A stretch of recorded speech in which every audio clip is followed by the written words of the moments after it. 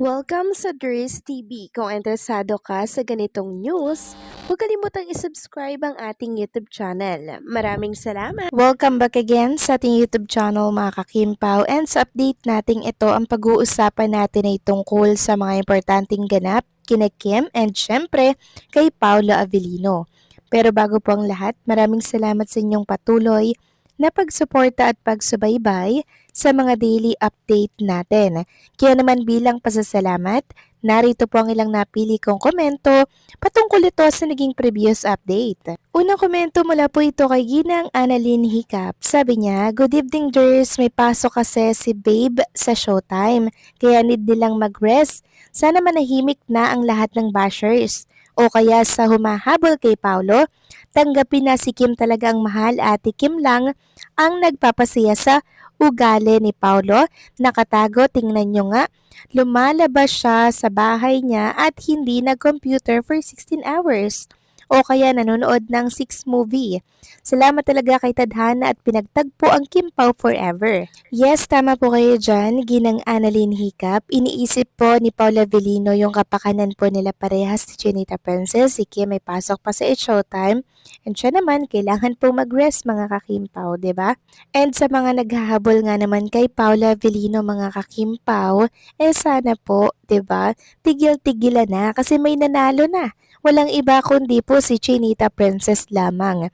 Sana irespeto na lamang din ng mga bashers dyan kung sino pong pinili ni Paolo Avellino. Wag nang ipilit yung kanilang iniidolo na balikan or ibigin ni Paolo Avellino kasi wala namang sila mga kakimpaw, di ba? Talagang mag-screen partner lamang sila mga kakimpaw. Yun lang yun. 'Di ba? Hindi po naging sila ni Jay mga kakimpaw. Napakalinaw po niyan. Kaya si Paolo Avellino ayaw niya po ng tambalan kasi gusto maging sweet, kaya kumalas mga kakimpaw. Gusto niya yung ginagawa niya. Katulad ngayon, sa tambalan po nila ni Chinita Princess, 'di ba? Gusto ni Paolo Avellino paulit-ulit makatrabaho sa Chinita Princess. Ayaw niya po ng iba. Ibig sabihin, nag-enjoy si Paula Avellino kay Chinita Princess. Kaya yung mga ginagawa niyang kaswitan, mga kakimpaw, and syempre yung pag-aalaga, and pagmamahal kay Kim, totoo yun kasi hindi nagsasawa si Paolo kasi totoo naman itong pinapakita niya sa publiko. Ganon lang yan. Kaya sana irespeto naman ng mga bashers yung desisyon ni Paolo for Chinita Princess. So maraming salamat sa komento, Ginang Annalyn Hiccup. God bless po at mabuhay kayo. At ang next comment naman mula po kay Ginang Rebecca. Sabi niya, "Good news, thanks for saying there is no collab project with Econin. For me, Kim Pao lang sapat na. May hidden agenda ba pag-invite sa party to both couple? May upcoming project ba Econin at pinapaingay at the expense of Kim Pao? This leaves a bad taste in the mouth. Lalo na at may lumabas now na article about insecurities ni Janine. Nagpapapansin ba si Jay?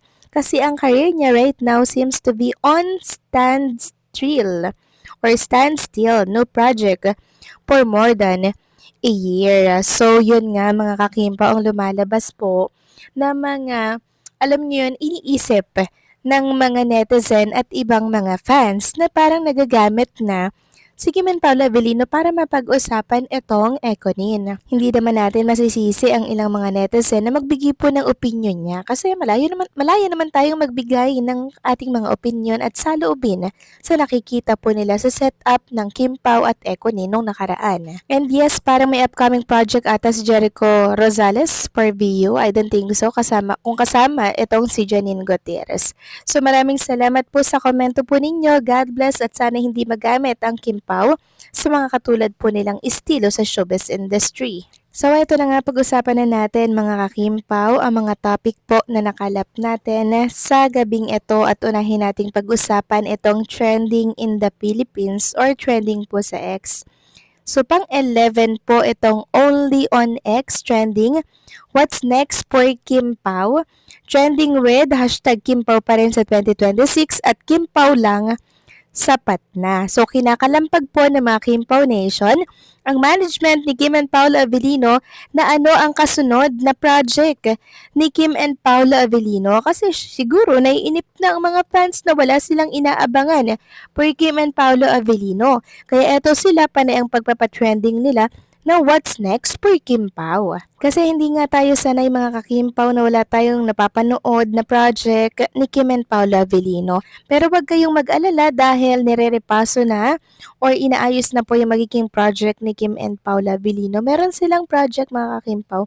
Wait lang po tayo kung ano ba yung magiging takbo at atake, magiging role ni Kim and Paolo Avellino dito. Samantalang next topic, nabasa ko po mga ka-Kim Pao, ito sa mundo ng social media. Sabi po dito ng KB Panatic, meron daw siyang nababalitaan na ibang leading lady daw ni Paolo Avellino, which is itong si Nadine Lustre nga daw.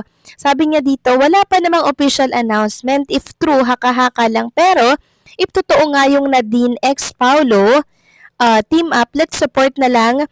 They're both good actors and for sure Kim will support Pao. And syempre hoping din tayo na may magandang project si Kim with good actors.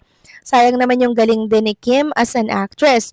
Pero sana may gagawin pa din ang Kim Pao project, di ba? So no mga ka-Kim Pao, parang hindi naman totoo yung Nadine ex Paolo Avellino kasi si Nadine po may trabaho siya or may project siya with Alden Richards po ng GMA Network. Sila po yung magkatambal doon. And doon po muna magpo-focus si Nadine Lustre. Hindi po totoo na merong project si Paolo or si Nadine dahil meron siyang panibagong project with Alden mga ka-Kim Pao. Ang totoong may project si Kim po at si Paolo Avellino. Magantay lang tayo sa magiging announcement kasi hindi naman po totoo ito mga lumalabas sa mundo ng social media. Sa announcement tayo magbase at maniwala. At dito naman tayo sa good news. Pag-usapan natin ang tungkol dito sa kaganapan po sa It's Showtime na kung saan nakaligtaan ko po pala ito mga ka-Kim Pao na i-explain sa inyo kanina. So dinaanan ko lang yon, di ko napansin na isa pala ito sa kinakikiligan po ng mga Kim Pao Nation.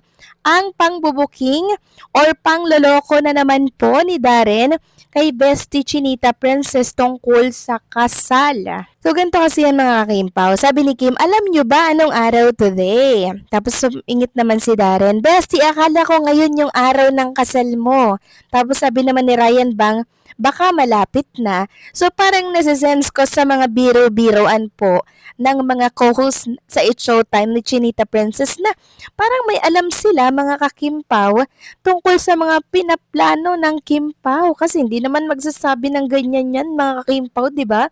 Kung walang pinaplanong kasalan ang Kim Pao. So ito yung opinion ko lang naman mga ka-Kim Pao base po ito sa aking narinig at napanood kanina sa kaganapan po sa It's Showtime. Malaya naman pong magbigay ng opinion, hindi po ba? Baka kasi meron na naman diyang magsabi na gumagawa-gawa na naman tayo ng mga balita. Opinion po ito base sa napanood sa It's Showtime. At may karapatan naman tayong magbigay ng opinion dahil nasa malaya po tayong bansang Pilipinas, hindi po ba? So kayo ba mga ka-Kim Pao, ano po ang nakikita or opinion nyo dito sa napanood nating ganap kanina na kung saan si Darren po mismo ang nagsabi nito na baka malapit na yung kasal nitong si Chinita. So, please let me know mga ka-Kim Pao kung ano po ang inyong opinion tungkol dito. Okay? So, paano hanggang dito na lamang po ang update natin at maraming salamat po sa patuloy na pagsuporta.